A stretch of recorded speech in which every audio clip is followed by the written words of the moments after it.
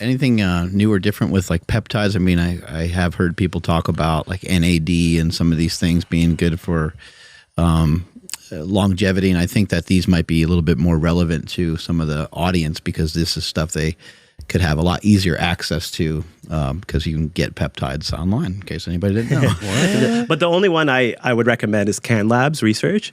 The reason is not just because he's a Canadian manufacturer, it's because he actually, his biosynthesis of everything is the best I've seen. And I've seen different manufacturers. And the problem with most of the USA manufacturers, they say made in US, but what they do is they actually manufacture it in China and then they just bottle it in the US. So you got to be careful where you order it from. But CanLab's research is like a legit one. Yeah, that's the one. John Francois, he's like the godfather of peptides. So he's like the one who taught Matt Cook. He taught me.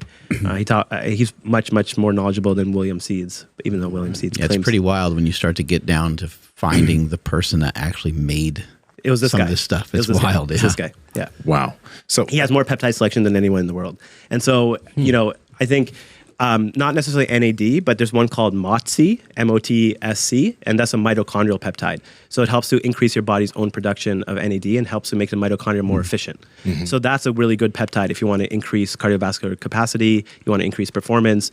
I've had NHL athletes who said it changed their whole game because they, you know, it's performance enhancing, obviously. It increases your cardiovascular. Yeah. MOTSC. You do 5 milligrams a day up for 30 days, and then you can decrease the dose to like every other day and eventually find the right dose. But the high dosing is important.